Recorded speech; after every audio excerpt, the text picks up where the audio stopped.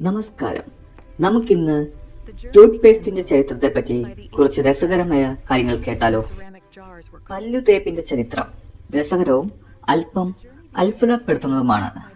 ഇന്ന് നമ്മൾ ഉപയോഗിക്കുന്ന ടൂത്ത് പേസ്റ്റിലേക്ക് എത്തുന്നതിന് മുമ്പ് മനുഷ്യർ എന്തൊക്കെയാണ് ഉപയോഗിച്ചിരുന്നതെന്ന് നോക്കാം. പുരാതന കാലത്തിലെ ഈജിപ്തുകാരാണ് ആദ്യമായി ഒരു തരം പല്ല് വൃത്തിയാക്കൽ മിശ്രിതം ഉപയോഗിച്ചു തുടങ്ങിയത്. ഏകദേശം BC 5000 അവർ അത് ഉപയോഗിച്ചു തുടങ്ങിയത്. പുരാതന റോമാക്കാരും ഗ്രീക്കുകാരും ഈ മിശ്രിതം ഉപയോഗിച്ചിരുന്നു. അതിലെ ചേരുവകൾ ഇന്നത്തെ പേസ്റ്റുകൾ പോലെ മധുരമുള്ളവയായിരുന്നില്ല. പണ്ടത്തെ മിശ്രിതങ്ങൾ കാളക്കുട്ടിയുടെ കുളമ്പ്, മുട്ടത്തോട്, കരിഞ്ഞ കക്കകൾ എന്നിവ ഉപയോഗിച്ചാണ് അവർ പേസ്റ്റ് ഉണ്ടാക്കിയിരുന്നത്. പിന്നീട് ശ്വാസത്തിന് ഉന്മേഷം നൽകാൻ പുരാതന ഗ്രീക്കുകാരും റോമാക്കാരും മരത്തൊലിയും കറുവപ്പട്ടയും ഇതിൽ ചേർത്തിരുന്നു.